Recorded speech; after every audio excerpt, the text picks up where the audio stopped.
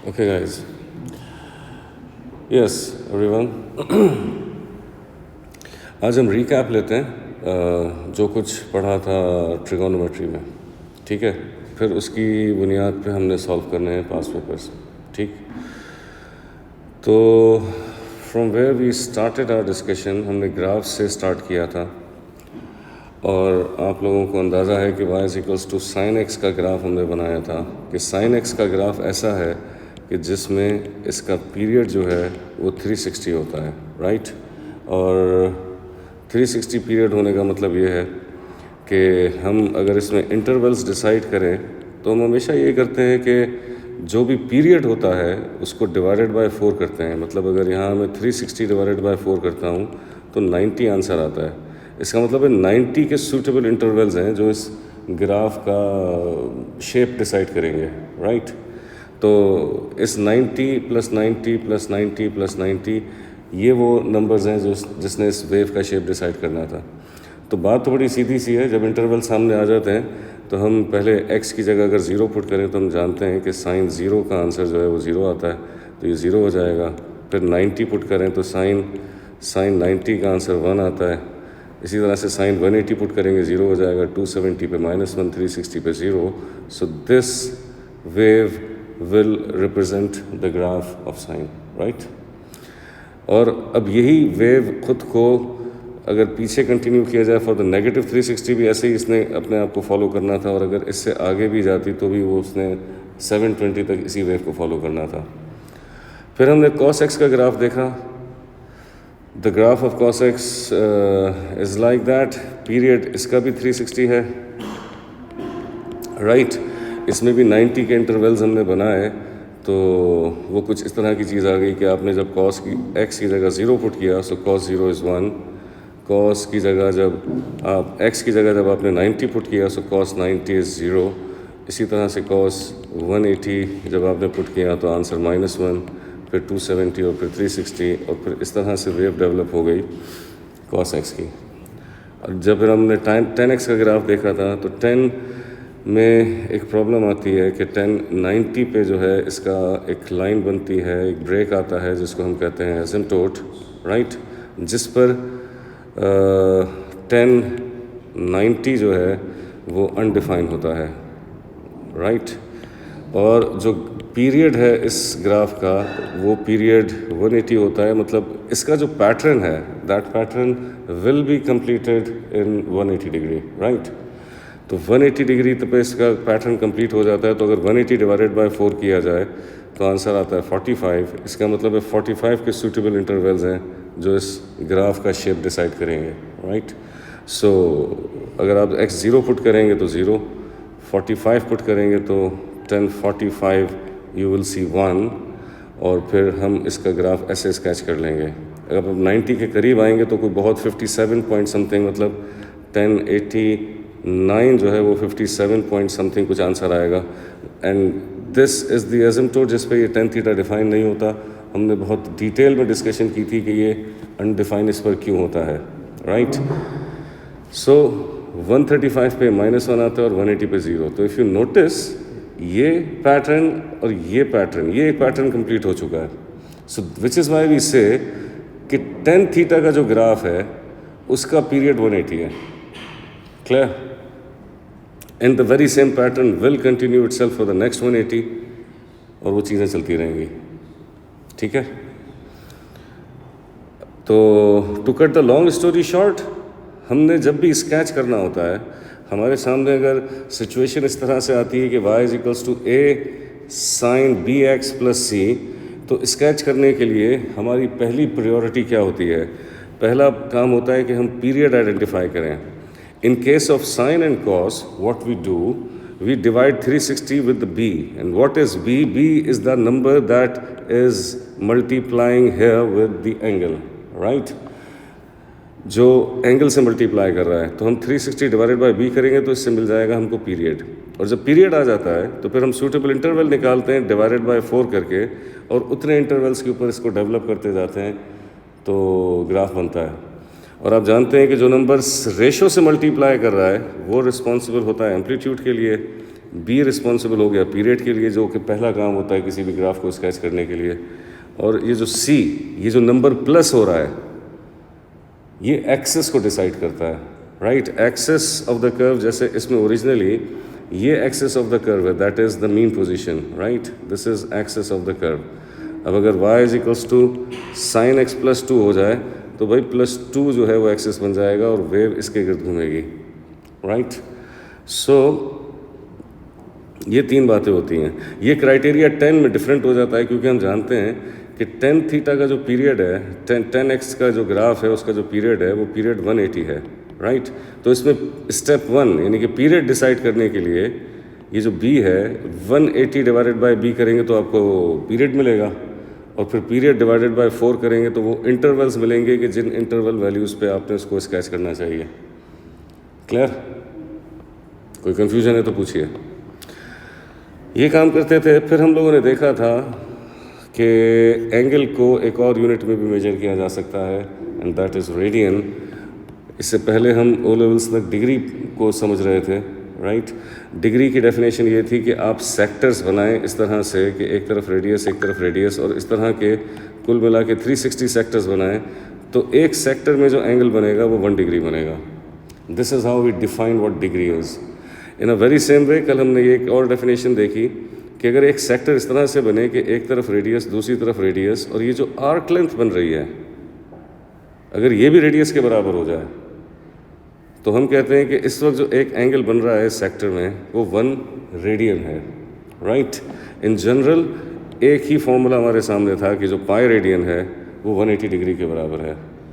Clear? इस basic conversion से कुछ बातें हैं जो ज़बानी याद कर लें कि अगर अब इस रेट को मैं मल्टीप्लाई बाय 2 बोथ साइड कर दूं तो 2 पाई रेडियन 360 के बराबर हो जाएगा, और अगर इसी को डिवाइडेड बाय 2 कर दूं तो 180 डिवाइडेड बाय 2 इज़ 90। तो इसका मतलब है पाई बाय 2 जो है वो 90 के बराबर हो जाएगा। अगर इसी को 3 से डिवाइड कर दें, सो 3 1 ज़ा 3 3 6 ज़ा 18, तो पाई बाय 3 जो है वो 60 डिग्री हो जाएगा। 4 से डिवाइड करें तो 45 हो जाएगा, और 6 से डिवाइड करें तो 30 हो जाएगा, राइट। लेकिन in general we have a rule is that if we want to convert the unit from degree to radian, what we do, we multiply it with pi and divide it with 180। और ये बात भी इसी rate से ही निकली है। कैसे निकली है कि देखो, मैं इसको ऐसे लिख सकता हूँ ना कि 180 मल्टीप्लाई बाय 1, राइट। तो 180 अगर आके यहाँ पाई से डिवाइड करे तो हम कहेंगे कि भाई pi divided by 180 is equals to 1 degree. तो इसका मतलब है 1 डिग्री में पाई अपॉन 180 रेडियन होते हैं।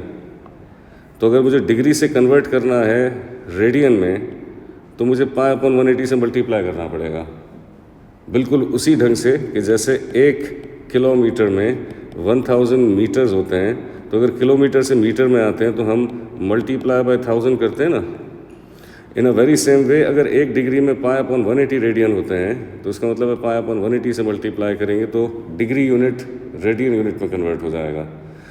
And the very same thing, अगर रेडियन से डिग्री में जाना है तो इसका ऑपोजिट काम कर लेंगे। Is that clear?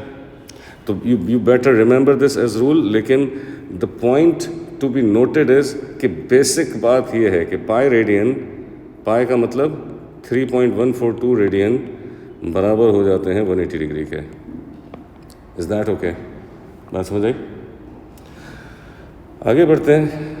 अच्छा, अब अगर ये सारा काम, ये सारे ग्राफ्स जो हमने पढ़े थे डिग्री मोड पर, अब अगर रेडियन यूनिट हो जाए तो भाई ये जो 360 था अभी हमने समझा कि इसको 2 पाई लिखा जा सकता है, जो 180 था वो पाई लिखा जा सकता है। यही पढ़ा ना अभी कि 180 degree is pi radian, correct. So 180 की जगह यहाँ पे पाई लिखा हुआ है। अब इसको मल्टीप्लाई बाय 2 कर देंगे तो मतलब 2 पाई, ये 360 की जगह पे 2 पाई लिखा हुआ है, 90 की जगह पे पाई बाय 2 लिखा हुआ है, और 270 को 3/2 पाई लिखा हुआ है, राइट। जैसे हमने ऊपर पढ़ा कि साइन एक्स का जो पीरियड है वो 360 होता है, Well, in radians, this is equals to 2 pi. And how do we find out the suitable interval?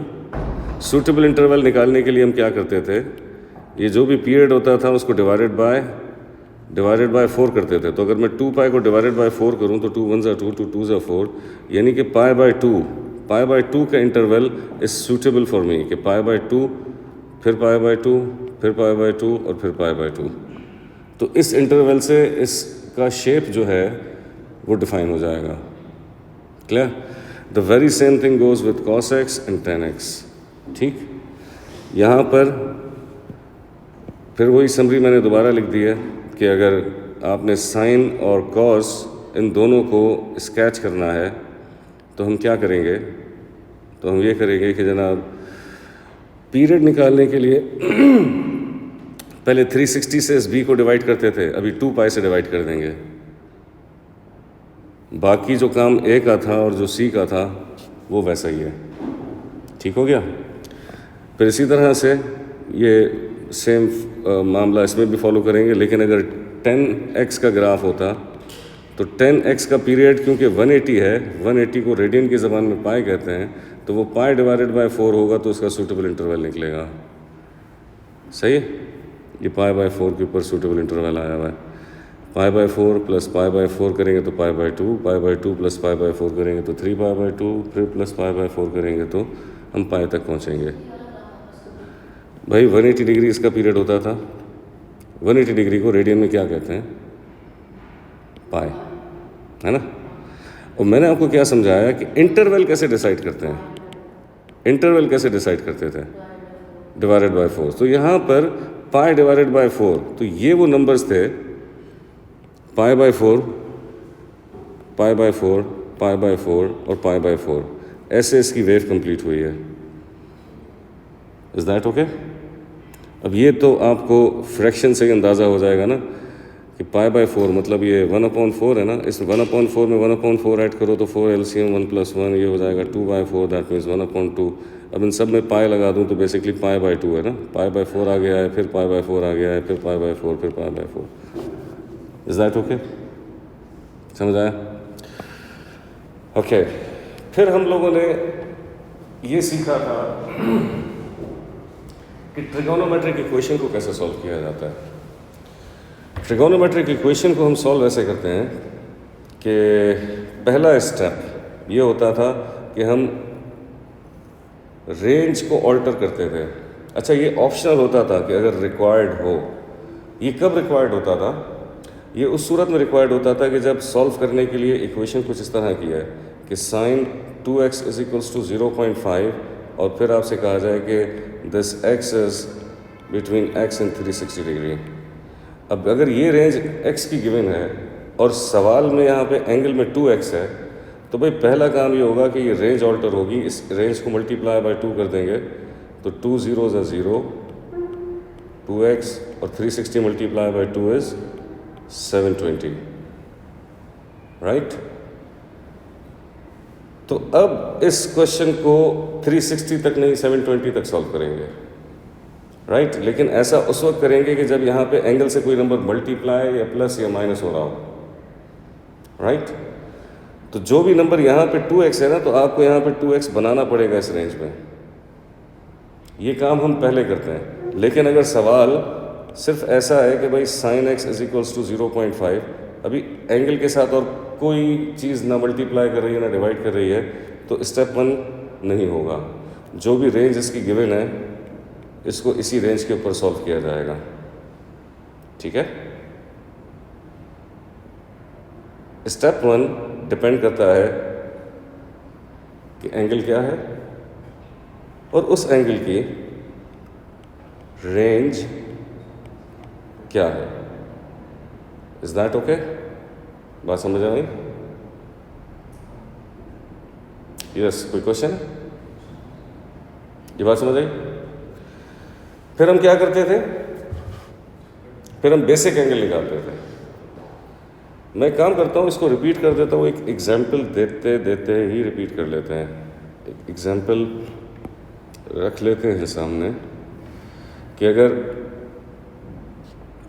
मैं आपसे सवाल करूं कि ज़रा कैलकुलेटर्स निकाल लीजिए। साइन एक्स अगर बराबर है नेगेटिव 0.5 के, लेट्स से नॉट एक्स,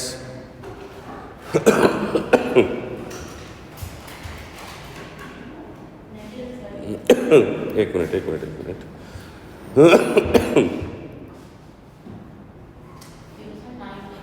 बाबा सबर। साइन 2x बराबर है नेगेटिव 0.5 के और इसको हमें सॉल्व करना है, राइट। तो ज़रा गौर से इसको देखिएगा। ये हमें सवाल सॉल्व करना है और सवाल सॉल्व करना है for 0 less than x and x less than equals to 360 degree, ठीक है। अब यहाँ पे डिग्री देख के अंदाज़ा है कि ये सवाल डिग्री में है, रेडियन में नहीं। अब एंगल के साथ हम देख सकते हैं कि यहाँ पे 2x हुआ है, तो हम क्या करेंगे, ये जो रेंज गिवन है, जिस रेंज पे सवाल को सॉल्व करना है, ये ऑल्टर होगी, सही है। हम ऑल्टर करेंगे रेंज को पहले। अब अगर ये 0 less than x, x less then this था ना, तो अब हम let me solve it with this. हमने पहला स्टेप किया, ऑल्टर किया रेंज को, मल्टीप्लाई बाय 2 कर देंगे इस रेंज को, तो ये क्या हो जाएगा 2 0 0 2x एंड 720, ऐसा। फिर नेक्स्ट स्टेप क्या है, नेक्स्ट स्टेप ये है कि आप बेसिक एंगल निकालते हैं, और बेसिक एंगल निकालने के लिए आप इग्नोर करते हैं अगर नेगेटिव साइन हो, ठीक है। इग्नोर करते हैं किसको, नेगेटिव साइन को। तो अब यहाँ पे साइन बराबर किसके था, माइनस 0.5 के। माइनस 0.5 के है तो हम कहेंगे साइन अल्फ़ा। अच्छा, मैं जानबूझ के अल्फ़ा लिख रहा हूँ इसको इन ऑर्डर टू इंश्योर कि एक्स का आंसर नहीं है, ये मैं बेसिक एंगल निकाल रहा हूँ, और मैं इस माइनस 0.5 को सिर्फ 0.5 समझूंगा, राइट। और alpha is equals to sine inverse of 0.5, और इसका आंसर आ गया 30 डिग्री, राइट। अब ये बेसिक एंगल आ गया। अब तीसरा स्टेप क्या होता था कि हम डिसाइड करते थे क्वाड्रेंट। अब आप जानते हो कि क्वाड्रेंट इस तरह से वो होते हैं, एक्स एक्सिस वाई एक्सिस, जो ग्राफ है हमारा, this is first, this is second, this is third and this is fourth, right. जो बेसिक रूल है जिसकी वजह से और बहुत सारे फार्मूलाज डेवलप हुए हैं, वो फार्मूलाज ये थे कि जहाँ पर x पॉजिटिव होगा और नेगेटिव होगा, वहीं पे cos थीटा पॉजिटिव होगा और नेगेटिव होगा। और आइडिया बड़ा सिंपल सा था, हमने कुछ फार्मूलाज को ड्राइव करते हुए देखा था कि cos थीटा क्योंकि एडजेसेंट ओवर हाइपोटेनियस के है ना, तो जब हम एंगल बनाते हैं तो एडजेसेंट ये बनती है, तो cos थीटा डिपेंड करता है x एक्सिस पर। मतलब ये x एक्सिस यहाँ पॉजिटिव है और यहाँ पॉजिटिव है, तो इसका मतलब है cos थीटा भी यहाँ पॉजिटिव होगा और यहाँ पॉजिटिव होगा। Am I clear. और लेफ्ट साइड पे x नेगेटिव होता है तो सेकंड और थर्ड क्वाड्रेंट में ये cos थीटा भी नेगेटिव होगा, क्लियर। इसी तरह से y एक्सिस जहाँ पे पॉजिटिव और नेगेटिव होगा, वहाँ पर ये साइन थीटा पॉजिटिव या नेगेटिव होगा। बात समझ आती है? ओके, तो इसका मतलब है यहाँ पे देखें, सवाल में हमारे पास साइन 2x बराबर नेगेटिव वैल्यू के था। इसका मतलब क्या हुआ कि y नेगेटिव कहाँ होता है, y नेगेटिव होता है थर्ड क्वाड्रेंट और फोर्थ क्वाड्रेंट में, है ना। y नीचे की तरफ नेगेटिव होता है, तो इसका मतलब है कि साइन थीटा यहाँ नेगेटिव होगा और यहाँ नेगेटिव होगा। तो इसका मतलब है क्वाड्रेंट डिसाइड हो गया। क्वाड्रेंट डिसाइड हो गया क्या, क्वाड्रेंट डिसाइड ये हो गया कि तीसरा क्वाड्रेंट है और चौथा क्वाड्रेंट है, ठीक है। अब फाइनली काम क्या है, क्वाड्रेंट डिसाइड होने के बाद अब हम अपना फाइनल काम करते हैं, स्टेप 4, हम अपना जनरल एंगल बताते हैं। जनरल एंगल क्या होता है, जो आपका फाइनल आंसर है, जो ट्रू एंगल है इस क्वेश्चन का। इसके साथ क्या डेफिनेशन अटैच है, इसके साथ डेफिनेशन ये अटैच है कि it always start from positive x axis, और इसकी दो डायरेक्शंस होती हैं, एंटी क्लॉकवाइज और क्लॉकवाइज। जब ये एंगल पॉजिटिव होगा तो इसकी डायरेक्शन एंटी क्लॉकवाइज होगी, और ये एंगल नेगेटिव होगा तो इसकी डायरेक्शन क्लॉकवाइज होगी। Is that okay? अब फाइनली हम को सॉल्व करते हैं। मैं एक पेज यहाँ पे और एंटर कर लेता हूँ। अब हमें पता चल गया है इस इंफॉर्मेशन से कि देखिए हम यहाँ पे बनाते हैं इन क्वाड्रेंट्स को, ये एक्स एक्सिस, ये वाई एक्सिस, राइट। और हमारे पास जो क्वाड्रेंट थे वो तीसरा और चौथा था। तीसरे और चौथे में आपने ये जो बेसिक एंगल निकाला है इसको बना देंगे।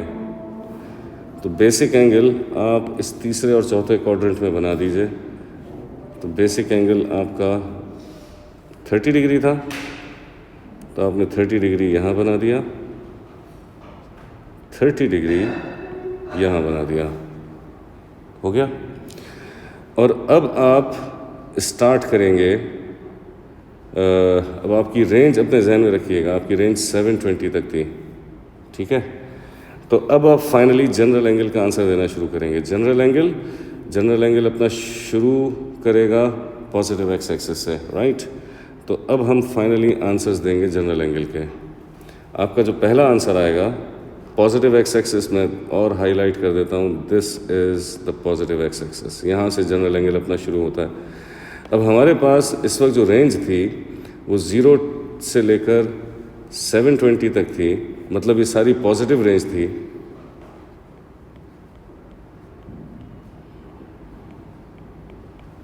इसका मतलब सिंपल है कि ये डायरेक्शन एंटी क्लॉकवाइज होगी, है ना। अब पॉजिटिव एक्स एक्सिस से शुरू किया, पहला आंसर जो आपका मिलेगा इस एंगल पे वो ये होगा। ये कैसे कैलकुलेट होना चाहिए? Well done. और ये 2x के आंसर्स अब आ रहे हैं। तो पहला आंसर 180 + 30। कोई डाउट?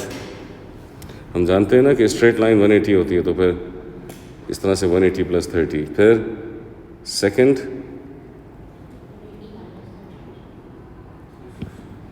360 - 30, राइट। अब हम जानते हैं ये पूरा सर्कल 360 का होता है ना। इस 360 में आपको 30 कम करना था, इसलिए ये वाला जो एंगल बना, ये वाला जो एंगल बना, ये 360 - 30 बना, राइट। अच्छा, अब ये पूरा 360 होता है। अब हमें तो इजाज़त अब 720 तक थी, हमें 720 तक आंसर्स देने थे। तो भाई अब बात यह है कि यहाँ तक हुआ 360 में ऐड करेंगे 180 और उसमें ऐड करेंगे मज़ीद ये 30 डिग्री। तो अब तीसरा आंसर निकलेगा। तो हम कहेंगे कि 360 उसमें ऐड कर दें 180, फिर उसमें मज़ीद ऐड कर दें 30 डिग्री। तो ये होगी आपकी फाइनल कहानी कि ये हुआ 360, ये हुआ 180 और इस 180 में मज़ीद आप आगे आए 30 डिग्री। अब वो जो भी है, अब ये कितना बना है? 570। देखिए दोबारा, ऐसा ही कुछ। अब 720 तक रेंज थी, इसका मतलब है आंसर हमारे लिए ठीक है। फिर हम क्या करेंगे? 360 + 360 एंड देन -30, और इसको भी चेक करेंगे कि क्या हमारी रेंज में आता है। यानी कि एक्चुअली 360 + 360 - 30 डिग्री, 670, 690। अब 690 भी 720 से तो कम है ना। इसका मतलब है कि हम अभी तक अपनी रेंज से बाहर नहीं गए। अब अगर दोबारा 180 ऐड करूँगा तो ऑफ कोर्स 720 से बाहर निकल जाऊँगा, उसकी इजाज़त नहीं। तो अब हम क्या करेंगे? पहले तो इनका आंसर्स लिखें। ये जो 2x है, 180 + 30 कितना हुआ? 210। 360 - 30 कितना हुआ? 330। 360 + 180 + 30 कितना हुआ? 570। 360 + 360 - 30 690। ये सब आंसर 2x के थे। अब हमें बहरहाल x के लिए सॉल्व करना था। अब ये 2 मल्टीप्लाई कर रहा है, वहाँ जाके सबसे डिवाइड हो जाएगा। सो x = 210 / 2 कितना बना? 105। तो मैं एक काम करता हूँ, इसको डायरेक्टली ऐसे आप लोगों को समझ तो आ गया है कि x 210 divided by 2 105, 330 divided by 2 165, 570 divided by 2 285, 690 divided by 2 345। तो ये फाइनल आंसर आ गया। तो ये स्टेप रिकॉल हो गया सारा। जब हम किसी ट्रिगोनोमेट्रिक इक्वेशन को सॉल्व करते हैं तो ये प्रोसीजर अटेम्प्ट करते हैं। Is that okay? अब यही प्रोसीजर अगर रेडियन की ज़बान में आ जाए तो बस ये 180 की जगह पाए, 360 की जगह 2 पाई ले लेगा। Is that okay? बाकी इसका सारा criteria as it is same रहेगा। फॉर एग्ज़ाम्पल एक और अगर मैं इसी में एग्ज़ाम्पल ऐड कर दूं कि भाई सवाल हमारे पास ये है कि इस दफ़ा लेट्स से सवाल ये है कि solve cos x is equals to minus 0.3 for 0 less than equals to x and x less than equals to 2 pi। यही इंडिकेशन है कि ये एंगल इस वक्त रेडियन में है। जब डिग्री में था तो सवाल में एग्जामिनर यहाँ पे जब रेंज लिखता है तो यहाँ डिग्री बना देता है, जैसे हमने बनाई हुई थी। वो लफ्ज़ रेडियन या लफ्ज़ डिग्री इस्तेमाल करे ऐसा ज़रूरी नहीं है। क्लियर? सो आगे बढ़ते हैं। अब अगर ये है तो यही स्टेप। अब इसमें लेट से मैंने x ही किया है, मैंने चलो मैं इसको भी 2x कर देता हूँ। मैं इसको भी 2x कर देता हूँ। तो पहला स्टेप ऑल्टर द रेंज। अब रेंज ऑल्टर होगी तो लेट मी हम इसका सोल्यूशन स्टार्ट करें। रेंज ऑल्टर होगी तो आप ऑफ कोर्स इस रेंज को मल्टीप्लाई बाय 2 करेंगे। मल्टीप्लाई बाय 2 करेंगे तो ये क्या हो जाएगा 200 2x एंड 2 पाई को 2 से मल्टीप्लाई करेंगे सो दिस बिकम्स 4 पाई। अब कैलकुलेटर का मॉड ज़रा रेडियन में कन्वर्ट कीजिए।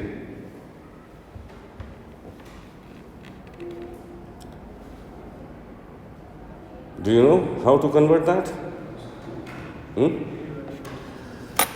हमने इसके ऊपर क्लास की नहीं, इसलिए मुझे इसको रिवाइज कराना ज़रूरी हो गया।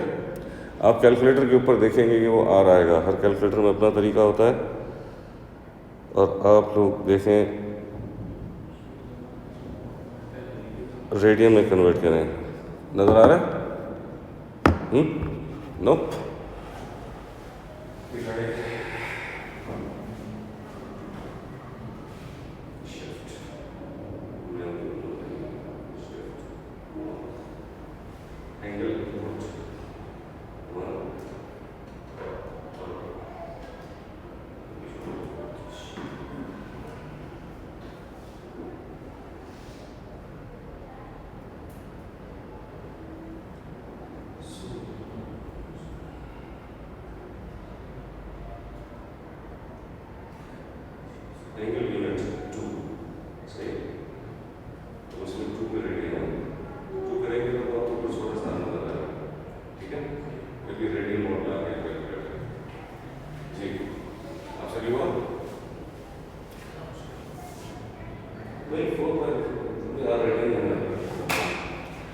सो जब रेडियन मोड में आप आ गए, फिर अगला काम क्या था? अगला काम हमारा होता है कि बेसिक एंगल निकाला जाए, है ना? बेसिक एंगल निकाला जाए। बेसिक एंगल के लिए नेगेटिव साइन को इग्नोर करते हैं, हम भी इग्नोर करेंगे और हम कहेंगे कि यार यहाँ पे cos अल्फ़ा बराबर 0.3 के है and alpha is equals to cos inverse of 0.3। बताइए क्या आ रहा है अभी? 1.266। ऐसा सबके पास ये आंसर आया? ठीक है। फिर ये दूसरा स्टेप था, सॉरी तीसरा स्टेप क्या है? Decide the quadrant. अब कॉस फॉलो करता है एक्स एक्सिस को। एक्स एक्सिस कहाँ नेगेटिव होता है? सेकंड और थर्ड में। यहाँ पर कॉस नेगेटिव है ना, तो इसका मतलब है कि आपका क्वाड्रेंट हुआ सेकंड एंड थर्ड, ऐसा।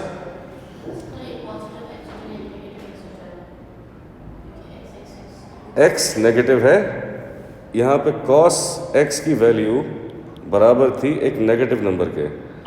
तो हम ये देखेंगे कि एक्स नेगेटिव कहाँ होता है। हमें पता है कि एक्स नेगेटिव लेफ्ट साइड पे होता है। इसका मतलब है सेकंड क्वाड्रेंट और थर्ड क्वाड्रेंट में आप अपना बेसिक एंगल बनाएंगे और उसका आंसर देंगे, राइट। बेसिक एंगल बनाइए।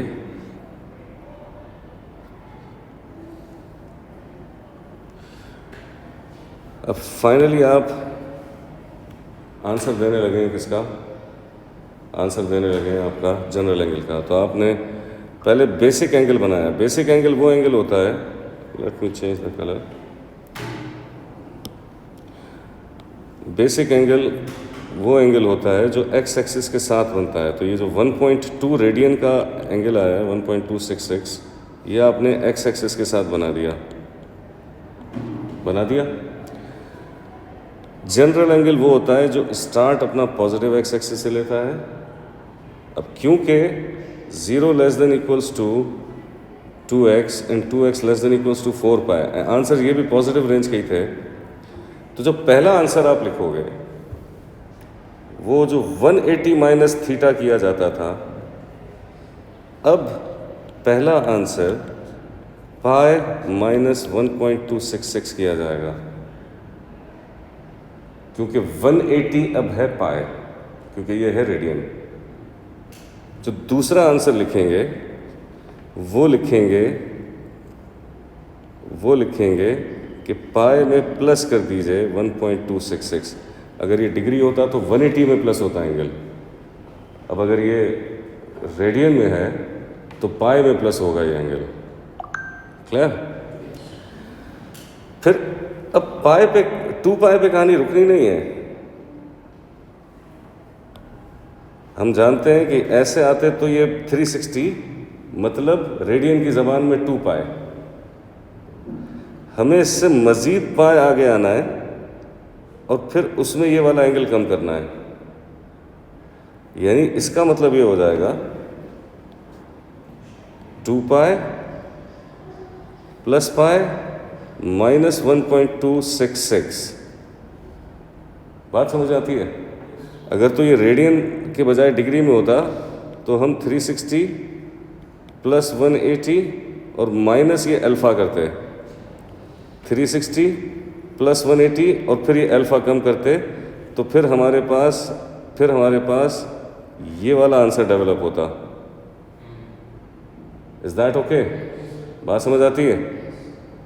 तो रेडियन की ज़बान में ये 2 पाई प्लस पाई माइनस 1.266 होगा। और फिर जो अगला आंसर है 2 pi plus pi and plus this 1.266, है ना?